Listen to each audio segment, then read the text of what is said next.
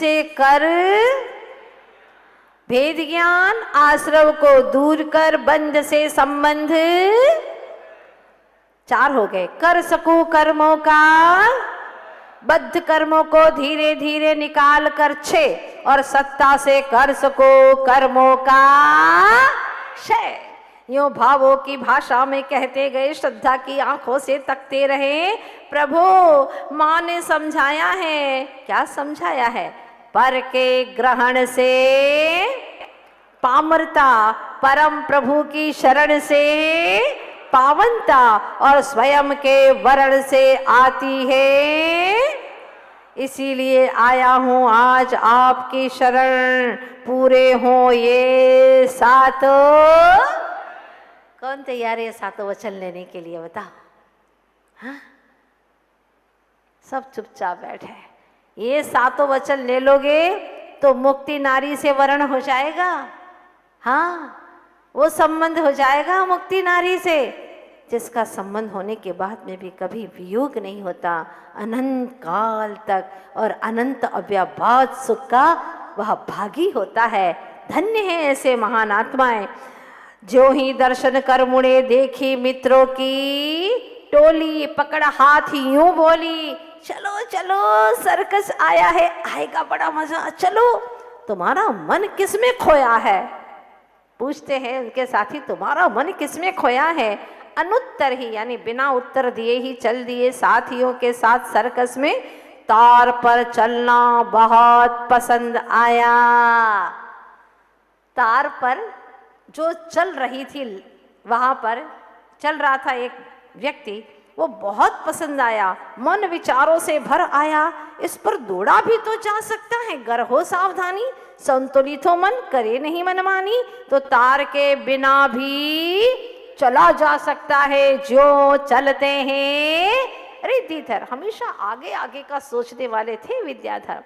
इनका मानस कितना उन्नत था कि तार के बिना भी तो चला जा सकता है। जैसे रिद्धिधारी मुनिराज आकाशगामी चलते हैं कि नहीं, आकाश में गमन करते हैं। यूं सोचते सोचते विद्याधर आ गए घर। सुनकर आज पिताजी की माँ से बात, जाना है पंच कल्याणक देखने। उमड़ पड़ा है वहाँ जन समुदाय, मन ही मन हो रहे खुश। देख प्रसन्न बोली शांता सुवर्णा, आज मिल गया है क्या कुछ जो बड़े खुश हो? हाँ, कल जाना है उत्सव में। सुनते ही सब बच्चे उछल पड़े खुशी से। बच्चों को बहुत खुशी होती है। आप लोग भी ऐसा करते थे कि नहीं? हाँ, तो ऐसा ही सारे भाई बहन बड़े खुशी से उछल गए। मेले में खरीदा कुछ न कुछ सभी ने, गिनी पहुंचे सीधे प्रभु की मूर्ति लेने। देख आकर्षक मूर्ति खरीद कर लगे माँ को दिखाने। देखते ही बोल पड़ी, तो सबसे अलग क्यों है? सबसे अलग है तो। विद्या तो मौन रहा, किंतु ज्ञान धारा की लहर यह चुप न रह पाई। बोली, परिणामों के अनुसार ही होती है प्रवृत्ति। हाँ, जैसे परिणाम होते हैं वैसे ही जीवों की प्रवृत्ति हुआ करती है। तभी तो मेला देखने के बहाने जा पहुंचते हैं मुनि के दर्शन करने। गए तो थे मेला देखने के लिए, और कहाँ गए? मुनि के दर्शन करने पहुंच जाते हैं। प्रवचन सुन दे आहार घर लौट आते हैं। क्या लाए हो मेले से? यह पूछने पर कहते, मैं अर्थात आत्मा को ज्ञान से ढूंढ लाया हूँ। मेला नाम सार्थक कराया। अज्ञानी जीव तो मेला में घूमते रहते हैं, वस्तुओं को देखते रहते हैं, लेकिन ये मेले में मुनिराज हैं क्या? यहाँ पर कहीं देखने चले जाते हैं, उनके दर्शन करने चले जाते हैं, आहार दान देते हैं, फिर आते हैं। इधर उधर घूमने का काम नहीं है इनका। और पूछते कि मेले से क्या लेकर के आए हो? तो कहते हैं, मैं यानी आत्मा को ज्ञान से ढूंढ करके लाया हूँ, मेला नाम सार्थक करके आया हूँ। आज तो कमाल कर दिखाया है श्रीमंती के लाल ने। घर के पास बनी बावड़ी में नहाया करते थे बाल गोपाल, किंतु नहाते नहीं थे वे। लगा पद्मासन चित्त बैठकर ध्यान करते थे वे। घर के पास में जो बनी बावड़ी थी उसमें सब बच्चे नहाया करते थे, किंतु नहाते नहीं थे वे। क्या करते? उस पानी के अंदर पद्मासन लगा करके चित्त बैठ करके ध्यान लगाते थे। क्या अजब बात है, क्या करिश्मा है ये। पानी में बावड़ी के अंदर आसन लगा करके बैठ जाते थे। ऐसी उनको कलाएं आती थी। महिलाएं मोहल्ले की आ गई शिकायत करने, अरे श्रीमंती, ओ श्रीमंती, ये तेरा बेटा मचाकर आता है बावड़ी का पानी, कैसे पिए हम गंदा पानी। सुनकर श्रीमंती डांटते हुए बोली, समझाया हजारों बार, बावड़ी में मत नहाया कर, आंखें हो जाती है लाल, बना रहता है जुकाम, आ जाता है बुखार, अरे कब होगा तेरा सुधार। माँ ने अच्छी डांट लगाई, जबकि माँ को पता नहीं है कि वो क्या करता है, कुछ पता नहीं है। लेकिन मोहल्ले की आ गई महिलाएं शिकायत करने, डांट दिया। क्या डांटा, एक बार बोलिए आप सभी लोग। समझाया हजारों बार, बावड़ी में आंखें हो जाती हैं लाल, बना रहता है, आ जाता है बुखार, अरे कब होगा तेरा सुधार। डांट सुनकर भी मौन रहे वापी के नीर की तरह शांत। तब चिल्लाकर बोली, सुनाई नहीं देती मेरी बात। आनंद की मुस्कान दीपित है जिनके होठों पर, फिर भी गुस्सा नहीं आया।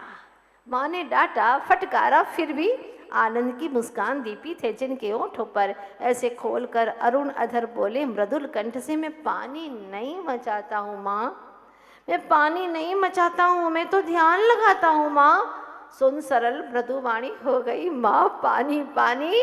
विद्या की इन वृत्तियों से सोचने लगी माँ कि जो व्यक्ति संघर्ष से, बहुत अच्छी पंक्तियां हैं, जो व्यक्ति संघर्ष से परिचित नहीं होता वह दुनिया में कभी,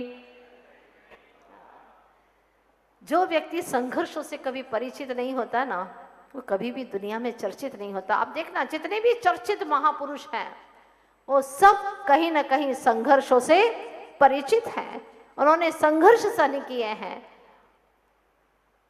संघर्ष के बिना हर्षमय जीवन का उपसंहार नहीं हो सकता।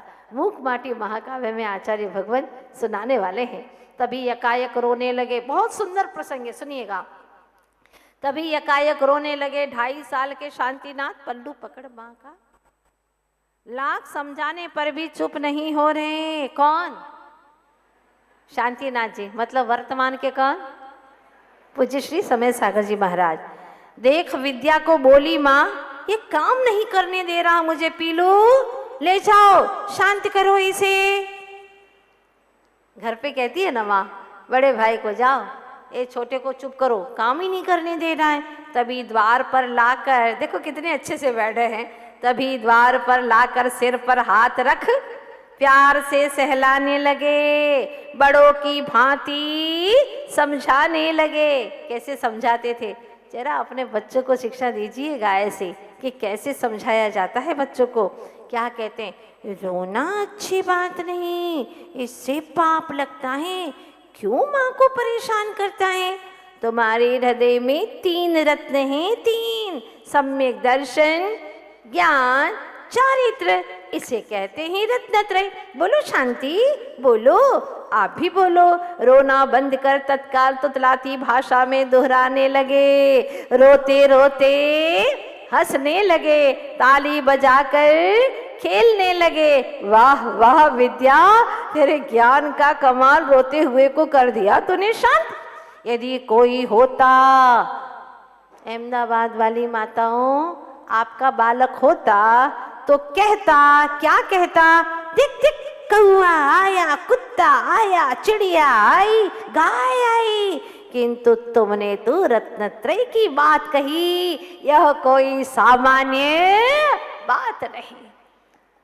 माताएं और बच्चे कैसे उसको चुप करते, दिख दिख कौआ आया, दिख कुत्ता, अरे कुत्ते से क्या पहचान कराना, वो तो वैसे ही हो जाएगी।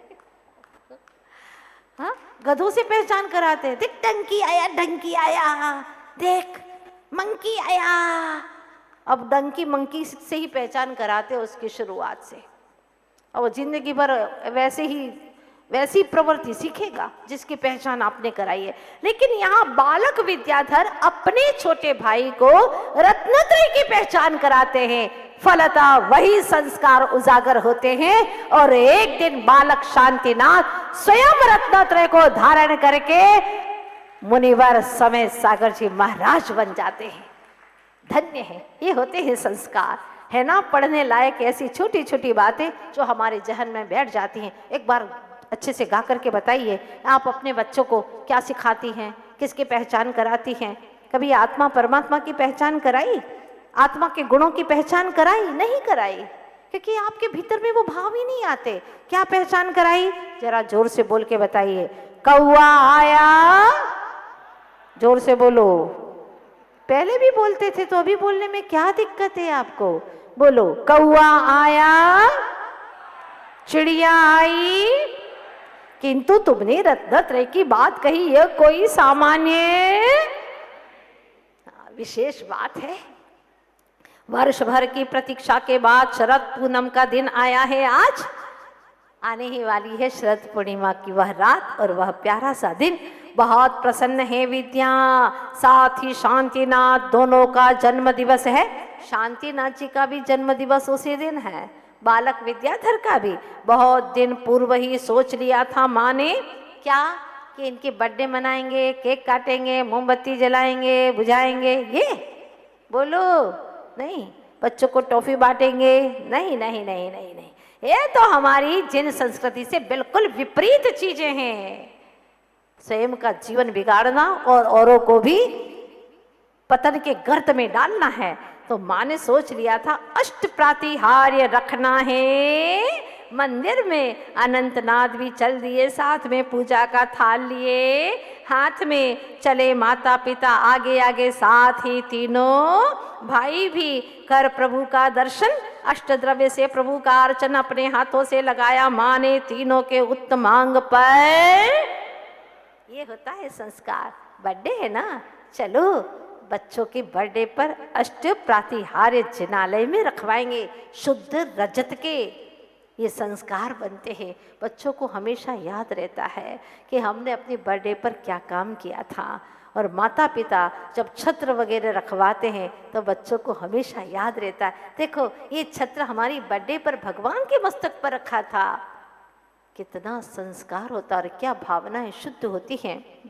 एक एक प्रातिहार्य रजत के दे पीलू के हाथ में अनंतनाथ शांतिनाथ भी लगा रहे, हाथ भाव से माँ करने लगी प्रार्थना। बहुत जोरदार प्रसंग है, इस प्रसंग को हम आगे की श्रृंखला में ले जा रहे हैं।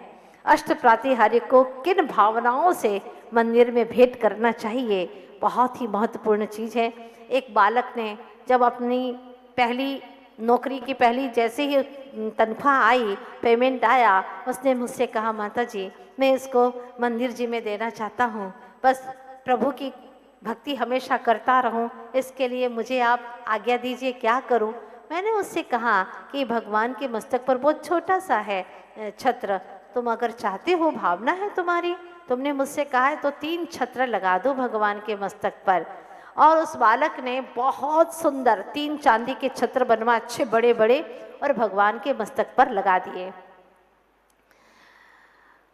उस बालक का लगभग 8 दिन के बाद में भयानक एक्सीडेंट हुआ। अब अज्ञानी तो ये कहा लो छत्र चढ़ाया, क्या मिला, एक्सीडेंट तो हो गया। वो पूर्वकृत कर्म है, उदय में आएंगे, आएंगे ही आएंगे। तीर्थंकर को भी नहीं छोड़ते, वो उदय में तो आएंगे। उदय में आए, लेकिन क्या हुआ, उस बालक ने जो मुझे बताया, जब एक्सीडेंट हुआ वो गड्ढे में गिर गया। लेकिन इतना खतरनाक एक्सीडेंट हुआ था कि गाड़ी तो पूरी टूट गई, पूरी उसकी गाड़ी तो खत्म ही हो गई। और वो जब गिरा तो 1 मिनट भी पूरा नहीं हुआ था कि उस जंगली रास्ते में, जहाँ पर कहीं ऐसी गाड़ियाँ जाती नहीं थी, और अचानक एक गाड़ी आई। उस व्यक्ति ने उसको गिरते हुए देखा था, दूर से ही वो आया, उतर करके उसने उसको उठाया और अपनी गाड़ी में रखा, सीधा हॉस्पिटल में ले गया। उस बालक ने मुझे बताया माता जी जैसे मैं गड्ढे में गिरा, बहुत नीचे गड्ढे तक गिर गया था, और मेरा तो सिर ही फट ही जाता, कोई बचा ही नहीं सकता था। लेकिन जैसे ही मैं गिरा मुझे कुछ याद नहीं आया, सिर्फ एक चीज, वो नेमिनाथ भगवान के मस्तक पर जो 3 छत्र लगाए थे, बस वही झूमते हुए मुझे दिख रहे थे, वही दिख रहे थे। और दिखते दिखते मैं बेहोश हो गया, बेहोश हो गया। 1 मिनट तक मुझे लगा कि कोई मेरा एक्सीडेंट हो गया, मैं गिर चुका हूँ। और फिर इसके बाद में मैं बेहोश हो गया। मुझे उठा करके कब कहाँ पर ले गए मुझे कुछ नहीं पता, लेकिन वो जो छत्र था उसने मुझे प्रथम दर्शन दिया। और यहाँ तक मैं आया, डॉक्टर ने देखा और कहा कि अगर थोड़ा सा भी टाइम आप लगा देते तो हमेशा के लिए इसका दिमाग खत्म हो जाता। अच्छा हुआ आप बहुत समय पर ले आए। कौन था? अननोन व्यक्ति था, पता नहीं कौन था, कहाँ का था, लेकिन उसने हॉस्पिटल में जाकर के डॉक्टर को सीधा दिखाया और वह 8 दिन के बाद में बिल्कुल व्यवस्थित होकर के आ गया। उसने कहा कि भगवान के मस्तक पर 3 छत्र जो भावों से चढ़ाए थे, और एक भावना भाई थी, प्रभु सुख हो चाहे दुख हो, बस आपके भक्ति की छत्र छाया मेरे ऊपर सदा बनी रहे प्रभु, और मैं कुछ नहीं चाहता, आपकी भक्ति बनी रहे। और भगवान का वह दर्शन मुझे हुआ, मेरा जीवन सार्थक हो गया। ये छोटी सी बात मैंने आप लोगों को इसलिए बताई। आप भी अपने बच्चों की जब बर्थडे हो, अपना विशेष दिन हो, तो धर्म का अवश्य कोई कार्य करिएगा। वो विशेष दिन विशेष धर्म के कार्य करने से वर्ष भर हमें याद बनी रहती है, आगे भी याद बनी रहती है, और हमेशा अच्छे अच्छे कार्य करने का उत्साह वर्धन होता है हमारे भीतर में। एक अलग ही स्फुरण होता है, अलग ही आनंद आता है। इसीलिए ऐसे ऐसे शुभ कार्य करते रहिएगा। कल हम यहाँ पर अष्ट प्रातिहार्य चढ़ाने वाले हैं। सभी लोग भक्ति के साथ में आएंगे, और कैसे चढ़ाना चाहिए एक एक प्रातिहार्य का क्या रहस्य है, वो सारी बात हम यहाँ पर समझेंगे। बोलिए आचार्य गुरुवर श्री विद्यासागर जी महाराज की। बहे ज्ञान धारा जन जन में, यही अर्ज हमारी, हाँ यही अर्ज हमारी। कर्म धार में डूब रहे हम, आए शरण तिहारी।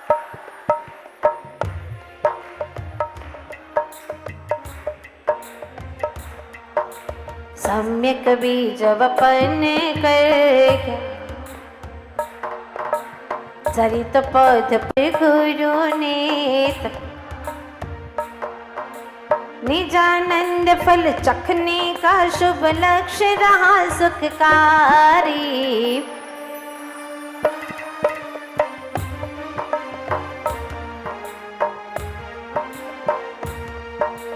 गुरु के चरण कमल में अपना जीवन वारो।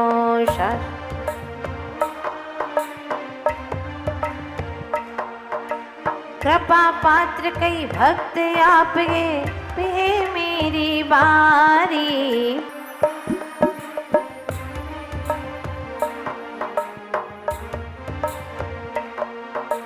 विद्याधर से विद्या गुरु तक सुनकर पूर्ण कहानी, पुलकित होता है सौभाग्य हमारा, गुरुवर मिल गए तारणहारी।